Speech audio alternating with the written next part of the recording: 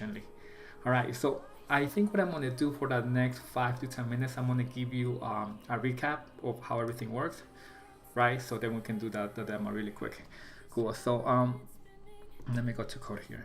So basically, the whole idea is, let's say that we have a model here, our 3D character. In this case, our 3D character is a terrain, right? A bunch of mountains, and we want our astronaut to go up a hill, right? To do that, what I basically do is the following. Let me give you this. Boom. What I do is I shoot a ray from the center position of the astronaut going downwards, right? And then I test if that ray hits any of the faces or triangles making up the terrain.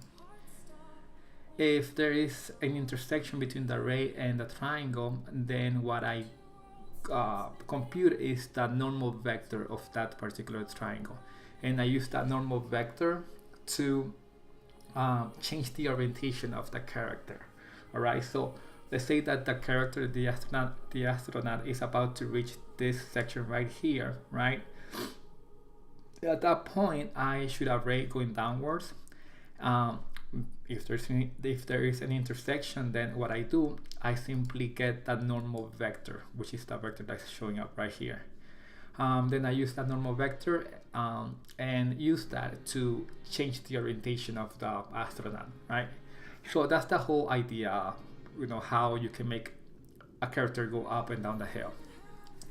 However, it's not as simple as that, because eventually you're going to end up with an issue, which basically is related to inefficiency, right?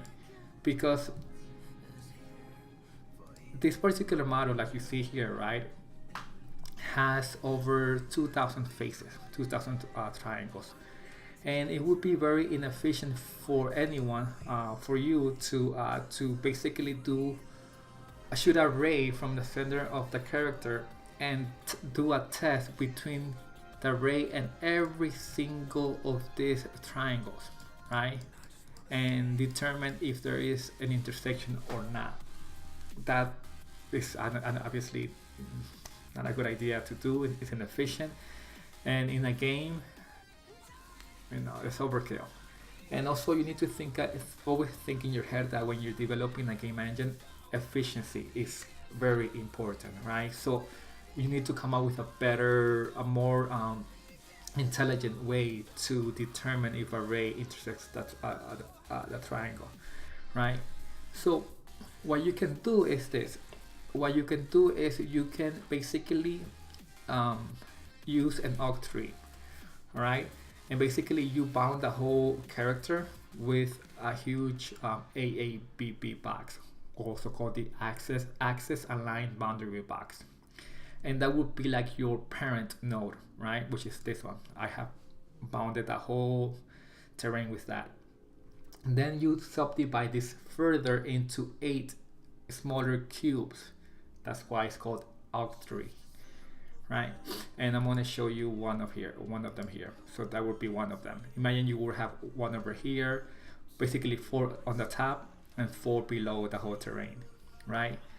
Then, depending on your choice, you can keep subdividing this even further, right? So now here I want to show you this one, right? And then you can go even down the whole tree, and you can get that one right there. All right. Now, once you have done that, once you have built your tree, at that point, what you do is that you assign all of the triangles or the faces of your mesh that are within the volume of that cube. You assign it to this particular node, right? So, for example, all of the triangles that you see here, I know it's not that good, but all of these triangles that you see right here, right?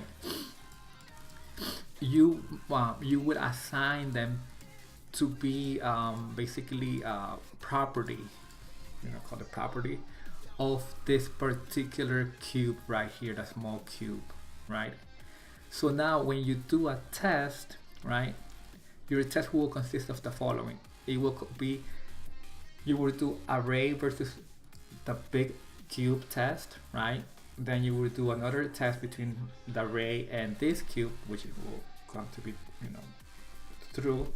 Then you keep on going down until you get to the small one, to the small cube. Now, once you get to the smaller leaf, to the smaller cube, right? Now, at that point, what you do is you do a test with all of the, basically all of the triangles, you know, within that cube. That's basically all what you do, all right? And that's basically what I've been doing this whole past 2 weeks, all right? Actually, let me just so you have a good idea, because I want you to really understand it. Let me clear this up. And I know I've been repeating this over and over every time I go live, but you know, not everybody has, you know, has been following the stream, so I want everybody to understand it. So basically, we start out with our root node here, right? Let's call this root node. Then we have my parent, and then you're gonna have 8 children, right? Imagine you have 8 more here. Now, depending on how many times you subdivide this, right, you can keep on going, but I want to have only one subdivision here. So then imagine that these are my my leaves, right? 8 of this. So then within the leaves, what I have is I have a vector container that basically stores all of the triangles that belong to that particular node. All right. So basically, the whole idea is this: for the parents, right? Which are these are basically cubes, right? Your A, B, B boxes.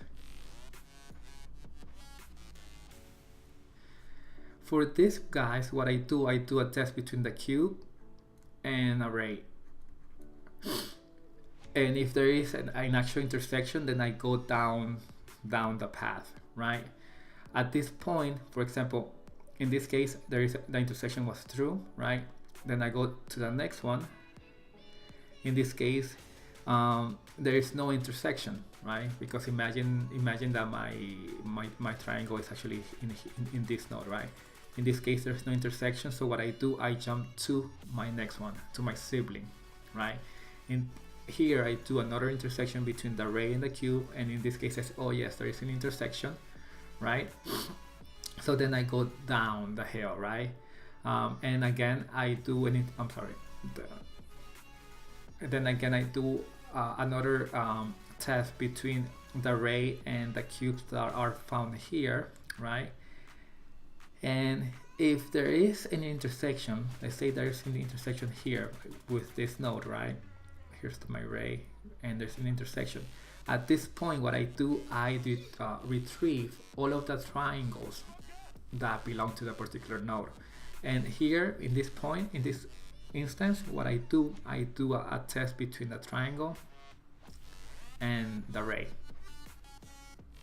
And that's it. That's all what I do. Once I have the triangle, well, I can get the normal vector of that triangle, and I can use that data to basically change the orientation of my character. So if my character is like this and it's going that way, and my vector is going this way, right? I basically have a vector like this, which I have, number one, I have an angle right there, and number two, I have an axis of rotation, because I can basically do a cross product between my n vector and my t, right? So if I do a cross product, I will get this, which will be the cross, and that will be my axis of rotation. So once I have an axis of rotation and have an angle, well, now I can change the orientation of my character. And that's basically the whole idea of how I do this, right? So last night, if you join my stream, you basically saw me doing the whole search, the whole test with a Ray Cast and the Octree, and I basically went all down the whole tree right here until I was able to get to the triangle, do the test and everything. Now everything seems to be working,